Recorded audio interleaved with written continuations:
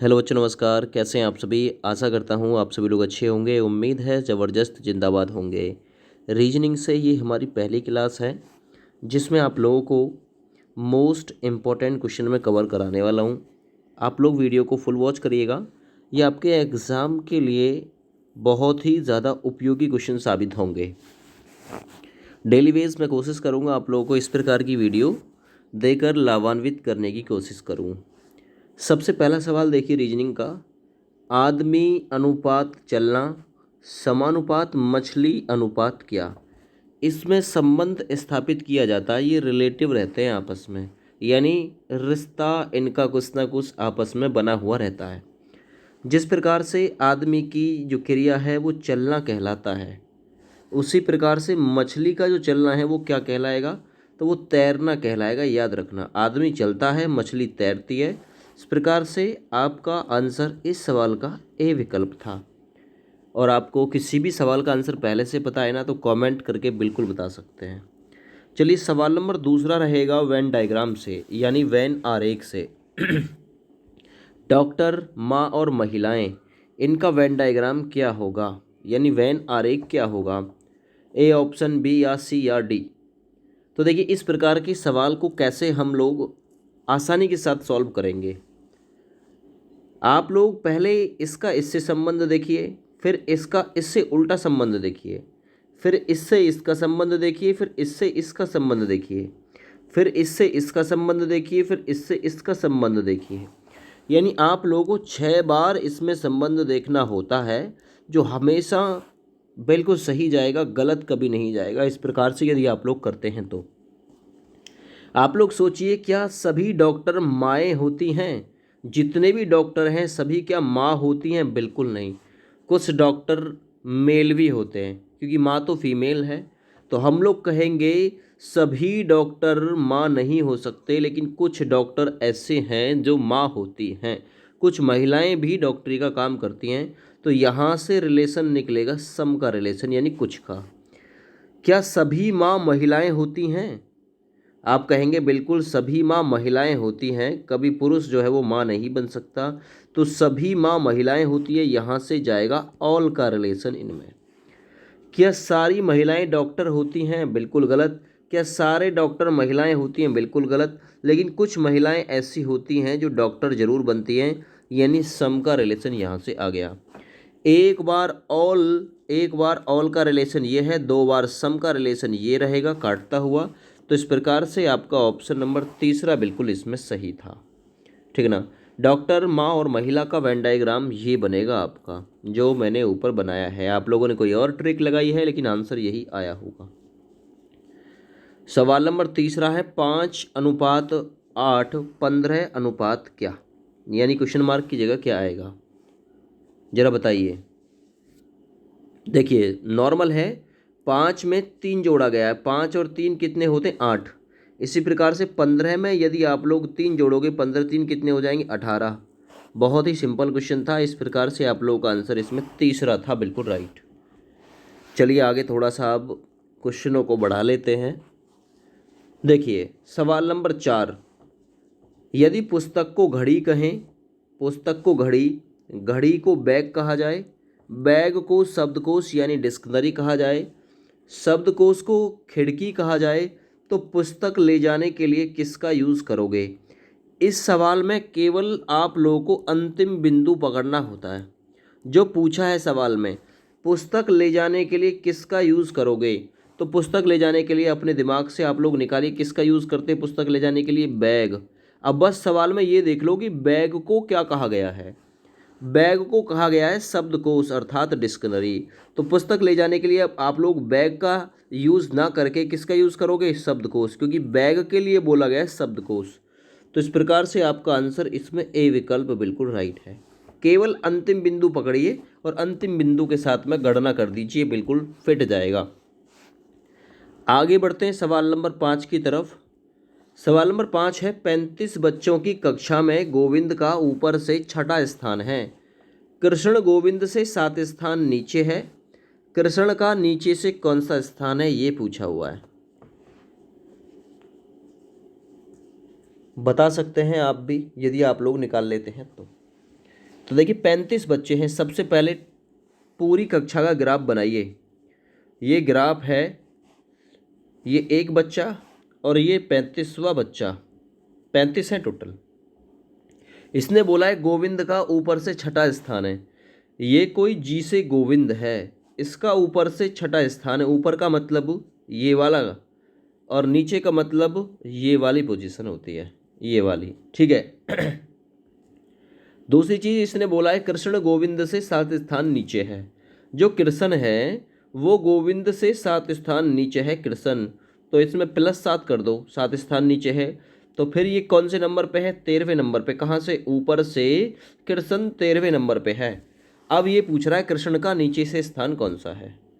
अब एक बात सोचो, यहाँ तक 13 कैंडिडेट हुए, टोटल नंबर ऑफ कैंडिडेट है 35, तो कितने कैंडिडेट और रिमेन रहे? तो 35 में से आप लोग इसका ऊपर का क्रमांक घटाओगे 13, तो कितना आ जाएगा? 22, यानी 22 विद्यार्थी इसके बाद भी हैं।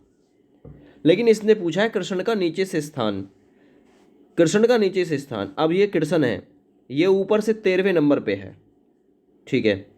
और नीचे से अगर देखें हम तो 22 इसके नीचे हैं, तो 22 और 1 इसका नीचे से स्थान देखा जाएगा तो कौन सा नंबर आएगा इसका? 23वां स्थान आएगा नीचे से। ऊपर से 13वां है और नीचे से आएगा इसका 23वां स्थान, क्योंकि 22 इसके नीचे हैं और जब कृष्ण का स्थान नीचे से देखेंगे हम तो एक स्थान इस पर और जाना पड़ेगा, क्योंकि कृष्ण तो यहाँ बैठा हुआ है ना। तो इसका राइट आंसर जाएगा आपका 23, ऑप्शन नंबर डी। चलिए आगे आइए सवाल नंबर 6 की तरफ। सी माता है ए और बी की, यदि डी पति है बी का तो सी कौन है डी की, ये पूछा हुआ है। सबसे पहले आप लोग अपना मतलब दिमाग लगाइए कि आप लोग कर सकते हैं कि नहीं कर सकते हैं इस सवाल को, फिर मैं आपको बता के चलूँगा। देखिए सवाल में कभी भी पुरुष कैंडिडेट की बात हो तो पुरुष कैंडिडेट को आपको इसमें रखना है, क्योंकि चौड़े माथे का ये होता है पुरुष। और कभी भी लेडीज़ की बात हो तो इसमें रखना है आपको, गोल घेरे में, इस प्रकार से। अब और उनका जो पीढ़ी दर पीढ़ी हस्तांतरण है उसके अनुसार आपको करना है। सी माता है ए और बी की, पहली लाइन को करते हैं हल। इसने कहा सी माता है, सी लेडीज है, इसको गोल घेरे में रखो। किसकी है? ए और बी की। तो ए और बी इससे छोटे रहे होंगे, ए और बी इस प्रकार से आप लोग बना लो। ए और बी भाई भाई हो सकते हैं, बहन भाई हो सकते हैं, कुछ भी हो सकता है। इसने अगली लाइन बोली है यदि डी पति है बी का, जो डी है वो पति है बी का, यानी डी इसका पति है। पति है तो इसको चौड़े घेरे में रखो, और फिर ये पत्नी होगी तो ये गोल घेरे में आ जाएगी, क्योंकि पति है बी का तो बी लेडीज है और डी जो है वो मेल है। मेल है तो आप लोग चौड़े खाने में रखिए, और अगर फीमेल है तो गोल घेरे में। और अगर यहाँ युगल बनता है, पति पत्नी बनते हैं प्लस, भाई भाई बनते हैं, बहन भाई बनते हैं, तो माइनस आपको लेके चलना है। तो यहाँ आप लोग प्लस लगा दीजिए, क्योंकि ये युगल में चलेंगे। इसने पूछा है तो सी कौन है डी की। सी जो है, सी का पूछा है तो सी कौन है। अब आप लोग बताइए। देखिए ये इसकी पत्नी हो गई, ये इसकी पत्नी का भैया भी हो सकता है, बहन भी हो सकता है, और ये इसकी माँ है तो ये किसकी मतलब क्या हो गई? ये हो गई सास। सी कौन है डी की? सास लगती है। और अच्छा ये पूछे डी कौन है सी का, तो डी जो है वो दामाद हो जाएगा। तो इस प्रकार से सास ऑप्शन बिल्कुल आप लोगों का सी ऑप्शन में बिल्कुल राइट दे रखा है, ठीक है। चलिए सवाल नंबर 7 की तरफ आइए। एक व्यक्ति दक्षिण की ओर 6 किलोमीटर चलता है, बाईं ओर मुड़कर 4 किलोमीटर चलता है, फिर बाईं ओर मुड़कर 5 किलोमीटर चलता है। अब उसका मुख किस दिशा की ओर है? सबसे पहले दिशा का चार्ट बताइए। दिशा का चार्ट है आपके सीधे हाथ की तरफ हमेशा ईस्ट यानी कि पूर्व होता है, आपके उल्टे हाथ की तरफ हमेशा वेस्ट, ऊपर की तरफ नॉर्थ उत्तर होता है, और पैरों की तरफ होता है साउथ। ये प्रत्येक जो होता है 90 डिग्री पर आपस में जुड़ा हुआ रहता है, यानी इसकी टोटल जो माप होती है वो 360 डिग्री होती है। इस प्रकार से अगर मैं बात करूँ तो 90-90 के हो जाएंगे ये, ठीक है। अब इसने बोला है एक व्यक्ति दक्षिण की ओर 6 किलोमीटर चलता है। आप लोगों को बस क्वेश्चन में ये देखना है कि अंत में हमसे पूछा क्या है। अंत में हमसे दिशा पूछी है। जब भी हमसे दिशा पूछे तो वहाँ पर दी गई दूरी की वैल्यू आपको 0 मान लेनी है, कि जो दूरी यहाँ पर 6 किलोमीटर 5 किलोमीटर 4 किलोमीटर दे रखी है ये शून्य है, क्योंकि हमसे तो दिशा पूछा है केवल। आप लोगों को इस सवाल को हल कैसे करना है? सबसे पहले उसका प्रारंभिक बिंदु रखिए। इस प्रारंभिक बिंदु क्या था? दक्षिण, तो ये रखा मैंने दक्षिण। अब दक्षिण के बाद में इसने किया क्या है? 6 किलोमीटर चला है, बाईं ओर मुड़ा है, तो बाईं ओर मुड़ा है तो लेफ्ट टर्न लिया होगा, लेफ्ट लिखना है आपको। फिर एक बार और बाईं ओर मुड़ा है तो फिर एक बार लेफ्ट टर्न लिखना है आपको। दी गई दूरी की वैल्यू 0, क्योंकि हमसे दिशा पूछा है, तो लास्ट में आप लोगों को बस कैलकुलेट कर देना। ये साउथ से 2 बार लेफ्ट लेना है, और 2 बार अगर आप लोग लेफ्ट लोगे तो उत्तर आ जाएगा। तो मैंने आपको इतना भी बताया था, 2 बार लेफ्ट की वैल्यू जो होती है वो होती है 180 डिग्री या विपरीतार्थक दिशा। ठीक है, 2 बार राइट की वैल्यू क्या होती है, 2 बार राइट की वैल्यू भी क्या होती है 180 डिग्री, यानी विपरीतार्थक दिशा।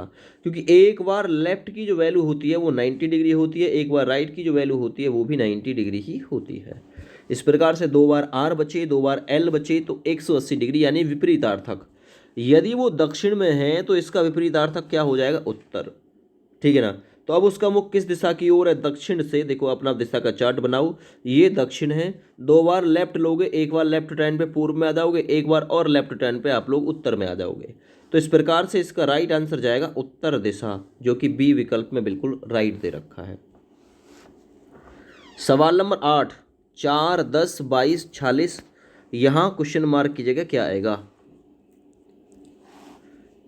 4, 10, 22, 46, तो 4 गुना 2, 4 गुना 2 प्लस 2, 4 दूना 8, 8 प्लस 2 कितना हुआ 10।